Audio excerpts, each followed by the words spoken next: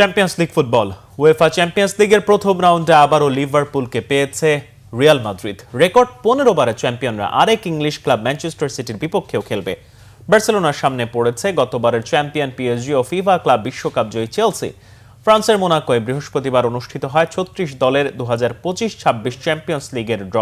Ranking অনুযায়ী 9টি করে দলকে 4টি পটে রেখে প্রতিটি দলের 8 প্রতিপক্ষ নির্বাচন করা হয়। গত আসর থেকে চ্যাম্পিয়ন্স লিগ হচ্ছে এই নতুন ফরম্যাটে। লিগ পর্বে প্রতিটি দল 8 ম্যাচের 4টি খেলে ঘরের মাঠে, বাকি 4টি প্রতিপক্ষের মাঠে। রিয়ালের ঘরের মাঠে 4 প্রতিপক্ষ এবার ম্যান সিটি, জুভেন্টাস, মার্সেই ও মোনাকো। বাকি 4 ম্যাচ খেলবে তারা লিভারপুল, বেনফিকা, অলিম্পিয়াকোস ও কায়রাত আলমাহতির মাঠে।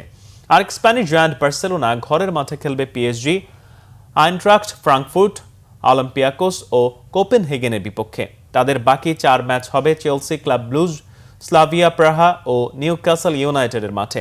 লিগ পর্ব শেষে পয়েন্ট তালিকার প্রথম 8টি দল সরাসরি জায়গা করে নেবে শেষ 16।